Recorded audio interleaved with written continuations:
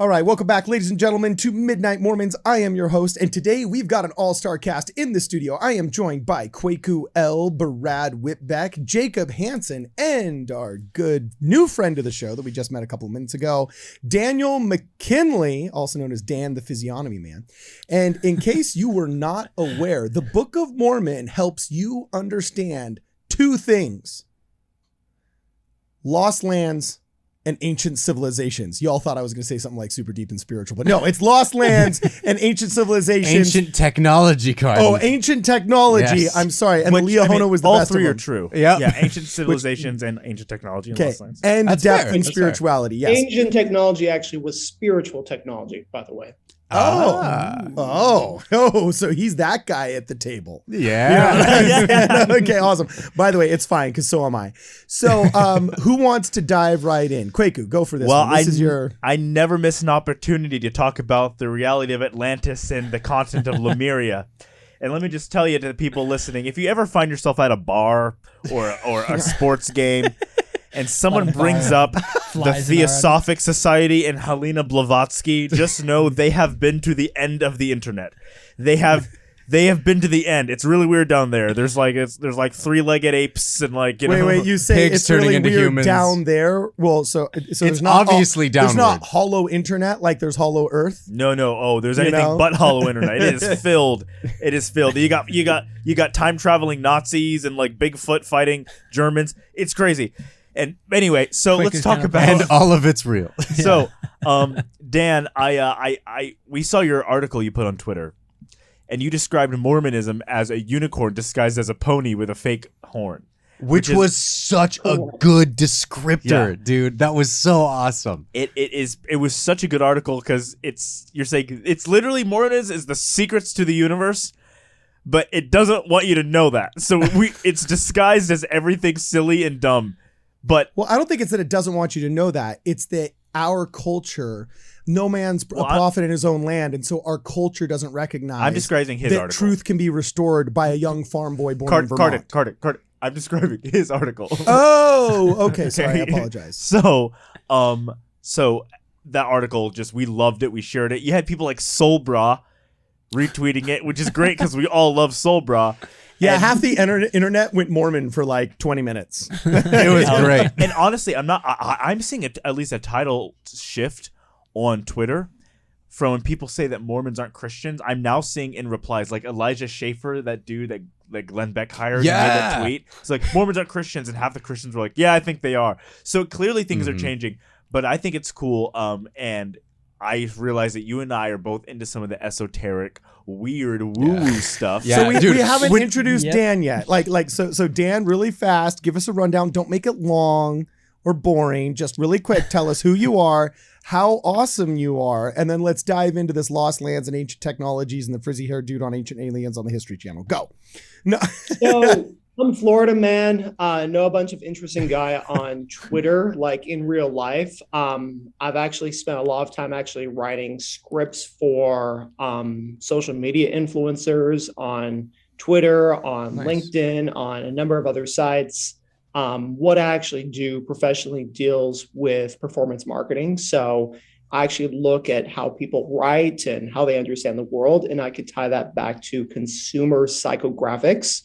What I'm really passionate about, though, is speed reading people. Reading people's faces, reading their voices, reading their body language, their eye movements, their clothing, and how that actually relates to their personality.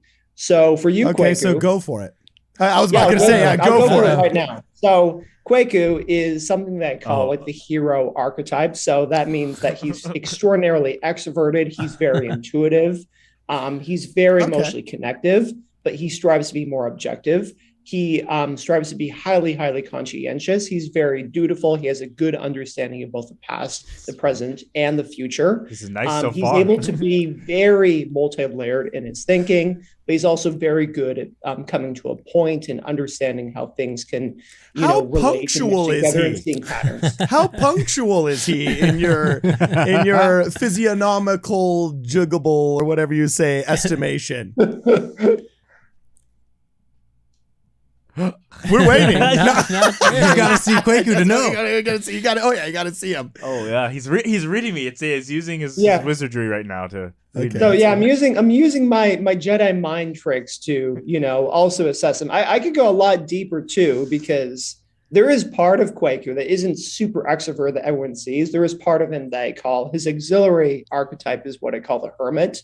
So there is part of him that loves to study things and, read random, internet hole like posts and stuff, and read all these interesting books and be super removed from society and isolate himself. So there is that too. Hey, so wait, so how do you know this? Because the distance between his nose and his forehead. For those of you that are just tuning in right now, Dan's a huge proponent of physiognomy, which you would describe as an ancient Chinese and Hindu science of understanding people's souls by their looks or how they manifest on the exterior. Yeah, that's a good way of putting it. So you're a judgmental bastard that thinks they know people by how they look. No, I'm just kidding. But judging books by their cover. No, I'm judging books by their cover. Yeah. Okay, cool. Which is reasonable. So, well, you've done so far pretty well, except for the dutiful part. I think if Kwaku was a little bit more dutiful, I'd show up more on time to the studio. But He tries to be. Here's a thing. He's much more so than other people that he might be genetically related to. Like his parents? Possibly, or My his family is genetic, always late. grandparents or great grandparents. Oh, well, I mean, it's also interesting because if you look at Ethiopia, right? Ethiopians are a very specific looking group, but then Ghanaians all have I fight as much as I can. We all have kind of fat faces in Ghana because the Dutch colonized Ghana, and Ghana, every Ghanaian is part Dutch, and some are you can tell. That's why you go to Ethiopia and or places where there's colonized by England, and they're playing cricket for some reason, and they're just I do not like this game, but they're still playing it anyway. But then you go to Ghana, and there's a random windmill, and here's a shop where you can get wooden shoes, and the stuff is still there. So whatever Ephraimite blood, also you're talking about, may come through. It might be Ghanaian. Yeah, because and even if you in the Netherlands, they celebrate the Kwaku festival every year. So Kwaku is also a Dutch word as well. So, interesting. Yeah. What does it mean in Dutch? It means Wednesday. Really? Yeah. So two of the languages in Ghana are hybrid languages of classic Dutch and then the indigenous Ghanaian language. It's so strange. So Ghanaian history is really, really interesting, and yeah, it's a lot's going on there. So yeah. By the way, can you move that 99-cent store bag that you got right to your left? My tandoori Indian food. Yeah, your tandoori grill food. Speaking of Ghanaian, though, one thing that we need to do so much more research in was that I truly believe that there were ancient civilizations in what is now the Sahara or even the Sahel in the northern third of Africa. And for example, one of them was there was a kingdom called Ghana that was located in what is probably present day Senegal, Mauritania, Niger, up in the western part of Africa. Yeah. And it is possible that Atlantis was in Mauritania. Oh, in the Eye of the Sahara?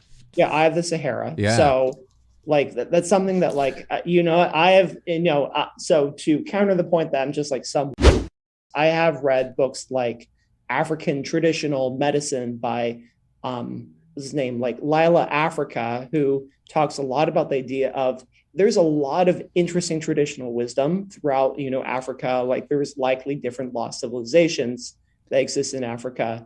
And they had so much knowledge that was lost to. Yeah. So are you in the camp of and to the Europeans? So are you in the camp of the Sphinx is 10,000 years old, not 3,000 years old? Yes. And that it predates when the Sahara actually was like a jungle. Yeah. So one of the things, though, the Sahara is only about 4,500 years old. And up until 400 years ago, it was possibly only semi-arid.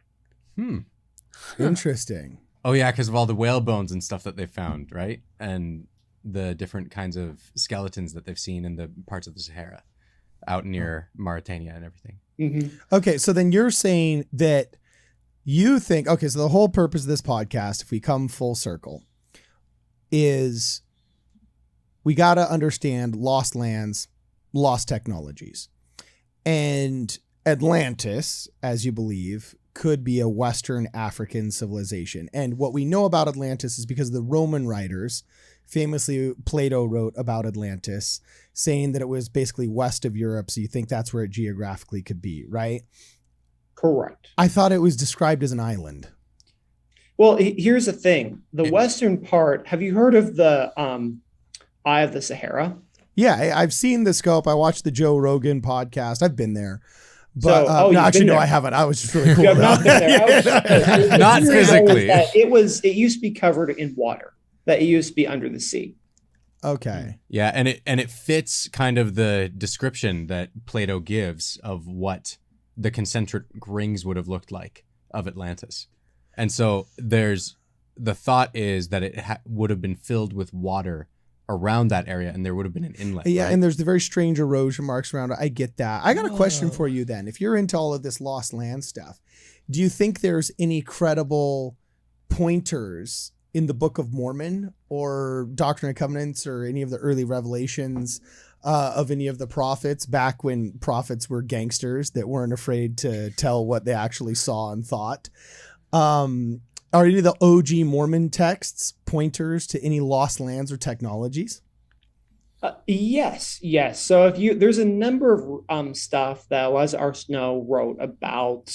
There's a very interesting book that has some of her quotes that was called Kolob Theorem. But there's, believe it or not, I'm not going to quote this or reference this, but there is some stuff in the 1866 endowment ceremony that kind of references this. Really? But here's kind of what I believe that Philo W. Dibble and Eliza R. Snow and Joseph Smith probably believed.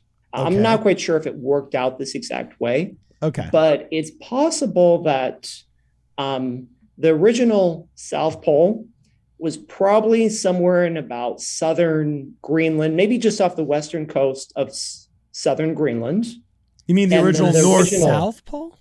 Yes, South Pole. Yeah. Oh, The because original of the North flips. Pole the is actually polarity? on Yeah. the far end of Antarctica.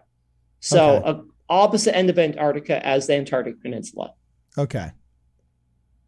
So what that means, though, was that in the previous pre-flood world, the North, the most northern civilization, actually would have been around Neuschwabenland land or in Antarctica.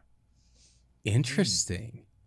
So that means most of the water, most of the global oceans were actually in the north, and that's what it's referring to in the DNC. That the ice shall it's like the ice shall be cracked down, but it's saying that like the oceans shall return to the land of the north. Okay, now here's my question. And so you're saying that... Hold on. Oh, wait. Can No. Can we Hold let on. that sink in for 1 minute? I I'm already still let trying it to process all this. No, I already let it sink in, and I've got one huge pushback to that. The delineation of north via magnetic detection is really a modern thing. Traditionally, ancient civilizations, we know this from archaeoastronomy, actually detected north through the stars. And regardless of how the polarity switches, the North Pole, the northern star doesn't switch in the sky. Mars, Venus, Saturn in this model showed true north. Yeah, so this if is you're trying also Wait, so what I'm just trying to understand is you're making a claim that basically some kind of ancient text or understanding of what the North was could have been reversed because, as we know from our geological history, once every 7 to 10,000 years or whatever, the magnetic polarity of the Earth changes. I get it. That's settled science. I totally understand. But one thing that doesn't change is the location of all the constellations and the stars that have existed for millennia, regardless of where our magnetic north and south is. The stars don't change. So, the ancients had to have been aware of that. What was considered north was what was the direction of the planets. So Saturn was in the north before. Okay. So this is also assuming that Immanuel Velikovsky and, like the Thunderbolts project and, the electric universe is at least partially true.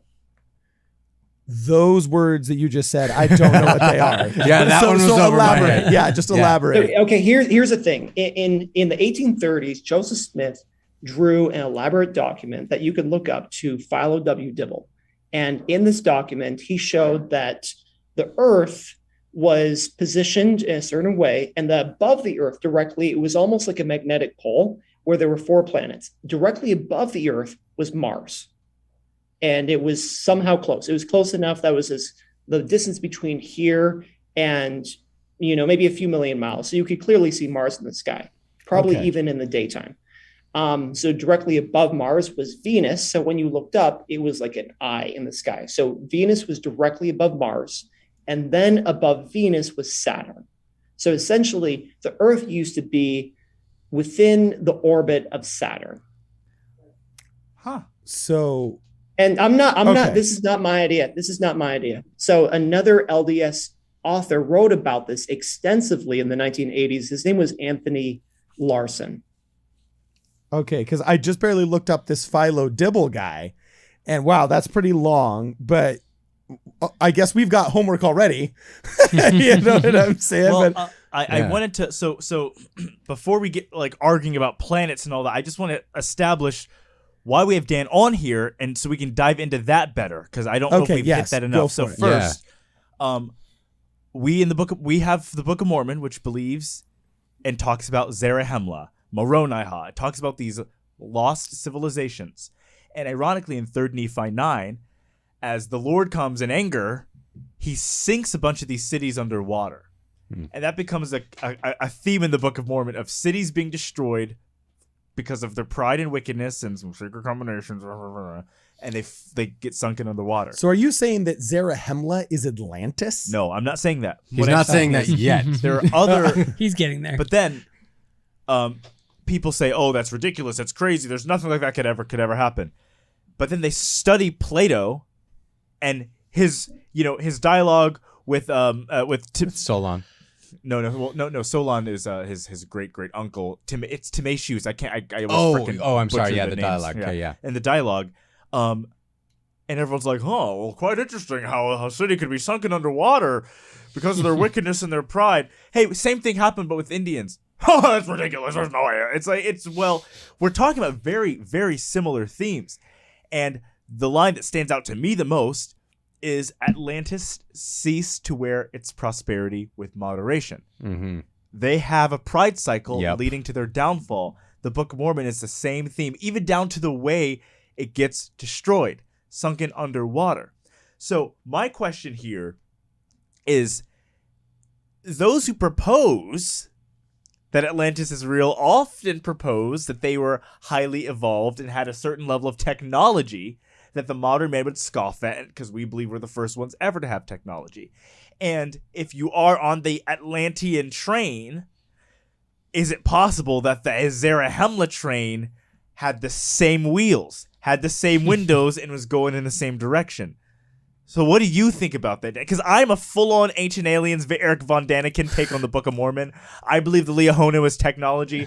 I believe we're talking about they didn't have horses and wheels. Buddy, they had stuff that would make your head spin. That's what I think the book is saying. I would like to know your take on that. I'm in full agreement there, Kwaku. So, here's the thing. There isn't just Atlantis. There's actually other ancient civilizations that people have written about for thousands of years. Mm-hmm. So the one that we have by far the most knowledge and understanding that's been written the most about is actually not Atlantis. It's called Lemuria. So Lemuria, so different ancient Indian and Southeast Asian civilizations in their actual history books, in their mythology, if you go back, thousands of years, they extensively refer to this land that became sunk under the sea. Here's the thing. So a long time ago, I spent a couple of years in the kingdom of Cambodia, and in their actual beginning of their history, they all call it mythological or legendary now, but they talk about how their society came from Lemuria, that when they got there, they their original royal family, they claimed to be partially Lemurian and partially descended from the Naga, or these half snake, half human people. And they're also intermarried in different Indian Brahmin groups. Can you say that one more time? Can you talk about the Nagas one more time? Can you say that one more time? Yes, I'll talk about the Nagas again. So the Cambodian royal family claims to be descended from literal Nagas. So human snake shapeshifters. Or sometimes they appear as half snake, half human. And they would have blue skin sometimes too. Funny right? And they have morals about them. There's literally stuff that that they have an entire probably mile-long mural that, describes like their history and all these stories. And a lot of it looks like crazy, like UFOs and stuff and, reptilians. And like, here's the thing, like all this crazy stuff on the internet, like you didn't come up with it. Like no one came up with it recently. These ideas have been around for thousands of years. Yeah. That's the thing that I think is cool is like you have Kwaku over here talking about like David Icke sort of reptilian stuff, but then you look in these ancient texts in India and it's like right there and it's like, okay, wait a second, why is this here? And so I think that's really interesting that you have that connection here with it's Tamil writings, right? Mm-hmm. Yeah, it's Pali. So A-L-I and then Sanskrit. It's funny because when I bring this up, I'm crazy. You must be crazy with me. Did you storm the Capitol? Huh? Were you one of those people? Or maybe, perhaps, this world is stranger than we like to believe it is. Who just snorted? Was that you, well, Jacob? No, it here's the wasn't thing, me. like so much of, Indian mythology Brad. or like ancient Southeast Asian mythology, we're just like, oh, that's just mythology. But then like people don't really look into it very much. We're not very familiar with it in the West. But whenever you see it, you're like, oh, that looks really strange. That looks very interesting. So why isn't it technology? I'm gonna say here, I'm probably the skeptic in this crowd.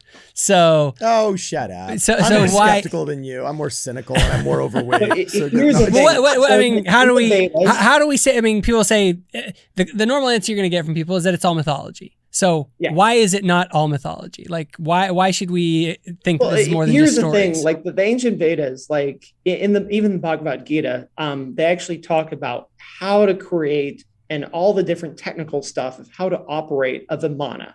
So a Vimana was this ancient flying saucer kind of thing, or essentially like a UFO. But like, why would you have something be like so technical? So like that's one of the things like about the Old Testament, like in Levi, where it's like it gives you 20 pages of instructions of how to carry out certain sacrificial rituals. Mm-hmm. And at some point, it's like someone decided to write this down, and we realized numbers is just like a census report. Bullshit. Someone They were seriously goat herders, and all they could do is milk cows, make goats, and anything that's written in that's from the devil. And I don't trust the Jewish book neither. I don't care what they wrote down if it's not I'm American. sorry. When you Christian. try and lampoon the Southern American accent, Yeah. which is probably the most Christian place out there, I doubt that accent would be impugning the Old Testament. Yeah. You know what I said? You're gonna have you to not go with been the to the- snooty rich person. He was Oh, I went to impugning the university. Bhagavad Gita. Dan, as someone who's in Florida, you're in the South right now. Maybe you can verify what I'm saying. You will find many a pastor saying we don't really care about the Old Testament that much. The New Testament is actually inspired. The That's Old true. Testment's only like that's. Okay, I promise that's I real. know. I see what Um, you're saying. Well, on that thought then. Well, Brad. Did you, did you have just something? to throw Kwaku another bone here. I mean, the Bhagavad Gita has stuff in it about like human-animal hybrids as well.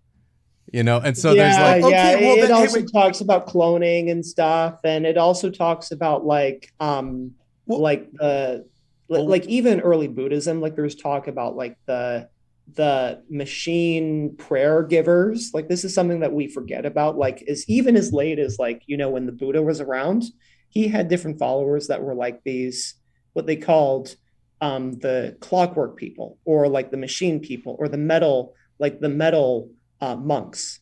oh, So like interesting. they apparently had like androids when the Buddha was around in 600 BC. Okay, well then here's my question, bro. And okay, maybe I've adopted the language of my secular oppressors and I'm just being too cynical here. Okay. But if you're saying you think that all these stories of ancient half lizard, half human shape-shifting people are true, and that's why you think all of these mythologies of these ancient civilizations are true and consistent and so on and so forth, how come, and if you also believe the Book of Mormon is true, and you think the Book of Mormon is an ancient text, why aren't there examples of half human, half animal, shape-shifting lizard people in the Book of Mormon? Or are there and I just missed it? Brace Well, here's yourself. the thing. Satan's one of them. He is described as that old serpent. So Fair enough. I just got owned. But Well, I think it's important to realize, okay, if you, let's say you're making a spiritual record, okay? Yeah. And let's say you're bearing your testimony. And let's say at one point you've done shrooms or ayahuasca.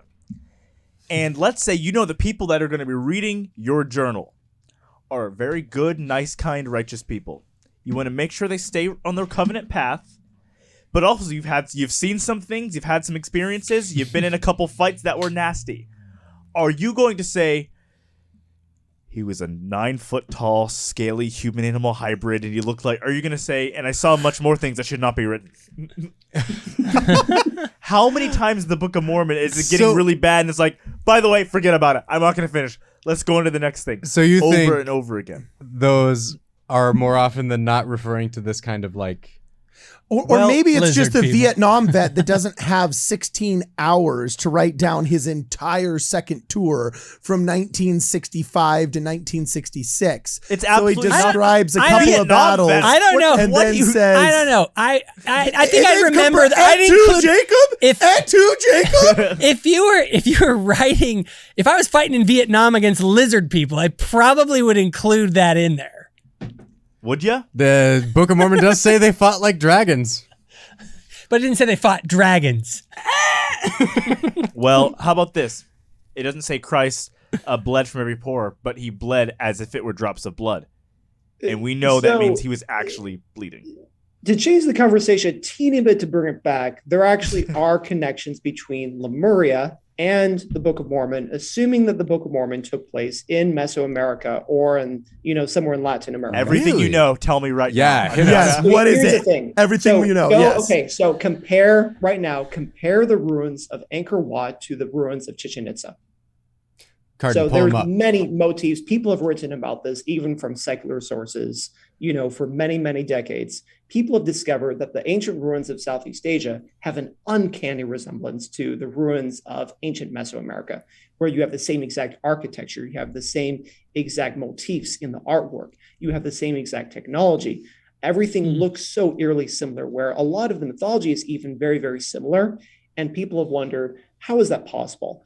And people who are open to trans-oceanic pre-Columbus contact are convinced that, well, there had to have been people from, Southeast Asia who were in contact with people in Meso and South America. Interesting. Okay. I really hate doing this stuff in real time, but I'm going to try and look it up. So even though it'll cover our Zoom screen, I'll get you back when I get the pictures back. Repeat that in one sentence. You think you think the evidence between there is Lemuria... evidence of contact between Southeast Asia and Mesoamerica. Okay. And I believe that because, for example, if you watch the bonus materials on Moana, like I did 17 times with my daughter in 2017, because we lived in Children's Hospital of Los Angeles, and there was a Blu-ray of Moana in there, and the bonus materials are actually pretty sick. They actually talk about the transatlantic capabilities of the ancient Polynesians, which was incredible. How they were able to sustain their civilizations through a plant that had carbohydrates, and they brought that plant all over the different archipelagos and then finally crossed the vast Pacific Ocean to make it into our hemisphere and so on and so forth, thousands and thousands of years before all of the regular colonialists thought, oh, but those people that could not travel, how do they make it there? They are so primitive. You know what I'm saying? So I'm 100% with you that the arrogance of man right now is paramount. Okay. And our disregard of the ancients and their civilizations as primitive without capabilities we think require electronics is just, it's insane to me. So I'm right there with you. However, what can I look at and think, okay, connects, you say Southeast Asia to Mesoamerica. It's not Austro-Melanesian. Okay. So yes, compare and contrast Angkor Wat to Chichen Itza. Okay, so compare and contrast Angkor Wat to Chichen Itza. Yeah. Yes. Okay, cool. Crap. Well, now I got to go look up Angkor Wat and Chichen Itza. Well, Keep talking. Yeah. Okay, I'll so say- here's another important fact. Okay. So this is undisputed. So before, around 11,000 years ago, 12,000 years ago, there were a number of huge cataclysms. And what happened very quickly is the worldwide, sea levels rose by about 400 feet. So there's two places that I believe were Lemuria and Mu. So one was Lemuria, and much of that was, the South China Sea. A lot of it was connected in between like Indonesia and the Philippines and like the Gulf of Thailand. That area was solid land. So Okay. where there was a lot of water between the Indian Ocean and the Pacific Ocean, that was land. Okay. And Well, that was likely Lemuria. okay. Unfortunately, you can't see it right now, but on our end, I just pulled up a cool, funky map here. Oh, actually, this one's wrong, Cardin. I'm sorry. I Oh, sent you that the one's one. wrong. Yeah, because this one has it smack in the middle of the Pacific when it should be in the Pacific and Indian Oceans. So connecting. So yeah, I actually Madagascar- don't believe some metaphysical whatever, some channeler downloaded some kind of weird map for maybe Lemuria or Mu. I don't believe those are accurate, by the way. Oh, gotcha. So I'm actually just looking at real science. So real science was that there was a place called Sundaland. So search S like UNDA like LAND, Sundaland. That was Lemuria. Okay, so you think Sundaland was Lemuria. Okay, cool. Mhm. Anybody that's playing the Midnight Mormons bingo right now knows that I absolutely hate doing all of these things on Oh, the fly. in like Sumatra and Borneo. Okay. Okay, Yeah. Sundaland, Lemuria, and I'm just pulling up the very first Ah. map that shows up when I do a Google image search, and I hope I don't look like an absolute fool, but here it is, Sundaland. But this thing is huge. You're saying No, this no, is no. what you That's think it is? the wrong one, Cardin. Did you type in Sundaland? It is right around Australia. You should be able to see. Yeah. So we But got there's one right another here. one. I believe the land of Mu was actually the Torres Strait. Okay, so So here's in between Mu. New Guinea and Australia. Yeah, so here's Australia on the Okay. bottom right, if you look right around here. And then there's Papua New Guinea right there. That's the land of Mua, you think? Yeah, Mu. Or the land of Mu. Okay. And so how is this attached to the Book of Mormon again? I'm not exactly seeing the connection. So there is cultures that were related to both ancient civilizations that still had impact thousands of years later in ancient Southeast Asia and ancient Polynesia that had contacts in the ancient Americas. Cool. As evidenced by what? Like, did we find Through like, architecture, through archaeology. clothing, Okay, through ancient cool. mythology, through even language, through all sorts of anthropological, signs. Sweet. So what are some of like the linguistic signs? Like, do they have the So- same words? Like we know the old Polynesians had the same word for potato and for I Yeah, think it's like that's one of the famous pig ones. and potato. Okay, cool. So what are some of the examples there? So one of the most famous examples deal with architecture and Okay. also with, mythology dealing with snake worship. Okay, so like snakes on some of these temples in Mesoamerica. Yeah, these pyramids and stuff like, and you have the same kind of Naga kind of beings that were like these half human, half snake beings. Quetzalcoatl, who I know a lot of apologists have tried to say is actually Jesus. Like, no, that's a demon. Quetzalcoatl. It's a demon. Well, have you read? This isn't derail you. It's some subject, I promise, guys. But have you read anything from the Kebra and the Ghost?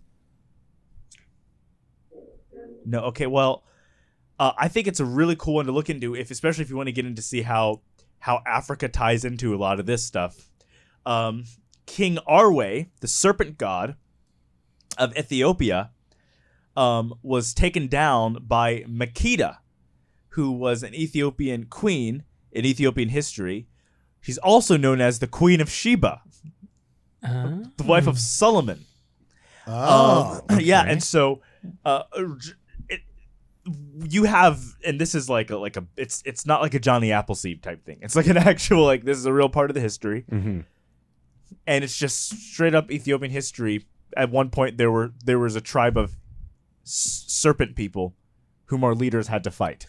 What? So you think it's kind of like how Saint Christopher was represented as a half human, half dog, cynocephaly, all the way up until what, 200, 300 years ago, when it became politically incorrect. But in the same Kebra Nagas is where you first have the rumors of Solomon and being on a flying carpet. Right? And there's the snake god Arwe. Yeah, That's the one? he's the snake king. So he's the king of the tribe of half human, half snakes. Oh, dang. And they have to be destroyed by the Ethiopians.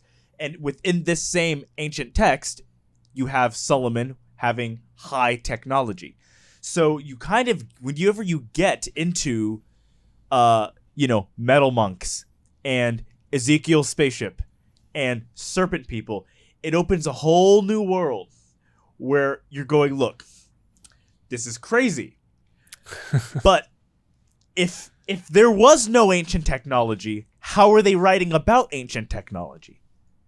So there's a level in which it makes you uncomfortable, because as soon as you open that, do you remember how we all felt when we realized that the Jeffrey Epstein conspiracy was not just a conspiracy anymore, that he and prominent people were kidnapping children into a plane to a secret island? When you realized that was true, you were like, no, please, no. I don't want to live in a world in which this is, oh gosh, oh, it's worse than I thought. Oh my goodness, he had a temple. Oh my goodness, his temple looks like Ellen DeGeneres' set. Like, just strange things. You don't want it to be true, and it gets weirder and weirder and weirder. So I look at the Bible, and I'm seeing, you want to talk about shapeshifting, Moses and Aaron throwing down their staff, competing with the priests of Pharaoh, and their staffs shapeshift into snakes. And Moses and Aaron's snakes eat the Egyptian snake. Like, we're talking like this is full-on Harry Potter magic and the strangest esoteric occult stuff you could think of, smack dab in the Bible, and everyone's fine with it. The ancient world is far weirder than we think. We like to think of the Book of Mormon, and they just have spears, and everything's just like easy Pocahontas. No, we're talking about stuff that would make your head spin. And that's the thing that it comes back to for me sometimes. It's like, we literally believe that the Son of God came back from the dead as propitiation for all of our sins. Like, what's the limit to what we can believe, you know? Well, even the Leahona in the Book of Mormon, we're talking about, that's a high-tech piece of technology right there. And it's interesting because it's stuff that we find familiar, we find easier to believe. Right. So when we start here's talking... the thing, we're working with, like, essentially what's the equivalent to, like, seer stones every single day. Like, our devices are like any other civilization. They would just call it like, oh, you're looking into a tablet, or you're looking into your special rock. And what it's doing is it's able to transmit energy from one place to another place, and you're able to see visions into a black mirror. This probably existed at some point in the last several thousand years. Okay, I mean, you can't tell me when you were a little kid and you heard the stories of rubbing a lamp and the genie comes out of the lamp that did not make you think of a hologram. Yeah. Like, it sounds exactly. Yeah. You can't tell me that was never like, oh, that's kind of interesting. And I mean, you can't also look at the Large Hadron Collider that CERN has. Collider? Yeah, sorry, a collider. Okay. Large Did you Hadron just say Collider? This Hadron Colander. Hey, look, I got the Serpent King Arwen, Lemuria, and the Kebra Nagast. All right, I've exhausted my my vocabulary today. Yes, but you can't look at that which is made out of nothing but the stuff of the earth, but can open a black hole. So what just exists on this planet can be arranged in such a way where it's a possibility and a fear of every government in the world that, with what you built out of collectively metal and rocks, can open a black hole and cut a hole in the universe based on metal and rocks we found in the earth. So that's how powerful the matter is that's our planet is made out of.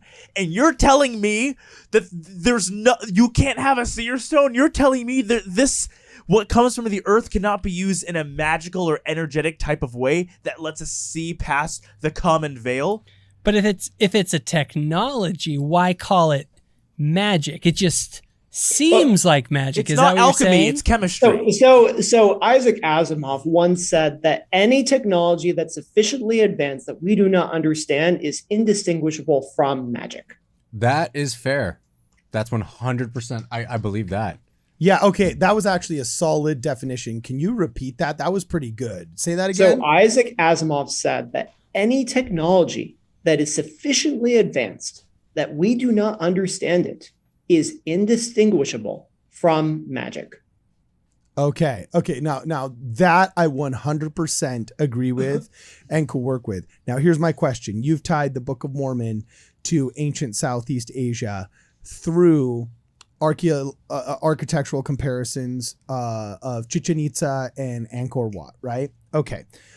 As I've done just cursory internet glances, there's some people that are also making that exact same comparison with ancient Hindu temples, saying that, oh, there's Hindu temples and ancient Mayan civilization and so on and so forth. Correct. Okay, so I get it, and they kind of look the same. Here's my question. If Lemuria is the key, where did Lemuria go? It went under the water because sea levels rose 400 feet. Okay. And was this, do we have any sort of record about why Lemuria was lost? Why? Because it was destroyed for the same reasons that Atlantis was lost. They were a very proud civilization. So do we have like the Lemurian Chronicles? Or like, because Plato wrote about Atlantis. We have much more, like most of it's written in Pali or Sanskrit, but we have much, much more than we do about Atlantis. Oh, intriguing. Now, do you think that some of the people that claim, oh, I have information about Lemuria from the Akashic records, like that whole thing, do you think that's all BS? Or do you think there's some kind of truth to this idea that like there might be a little like bit of truth Google to Drive? it? I'm more likely to trust actual Hindu and Buddhist sources though, right, than Western sources. Than someone just divining stuff. What's wrong out of with nowhere. Western sources, dog? You Westernist? No, I'm just kidding. No, actually, I'm serious. Why? Because there was ancient connections between the East and the West with great travelers and great explorers. Like I would rather trust people that were in the backyard than people that were 8,000 miles away from the site. Okay. Well, I only get all of my information about ancient Maya from British archaeologists in the 19th century. So I think the Book of Mormon is fake because there's no way my sources are biased at all. Well, when you put it that way, Kwaku. Well, okay. Now I'm just sort of spitballing other questions I want to ask you. Do you think Jesus went to India? Then can we talk? Likely. Wait, you're on the train of Jesus is in India. Okay, do tell. We did a podcast on that one. And then I want to talk Liahona. So just because there's a lot of things that Jesus says that kind of makes it seem like he's one of those hippies who's influenced by Indian thought. Maybe he visited before his death. I don't think that's actually very likely. I think it's more likely that, maybe he visited after his death. Like there is a high likelihood that there could have been lost tribes of Israel in northern India and the Kashmir area, possibly in Afghanistan, maybe in the Indus River Valley. But there's a lot of Indians that believe very, very firmly that Jesus went to India. So I find it plausible. Yeah. Do you think things like those who live by the sword die by the sword is sort of an echo of a karmic cycle?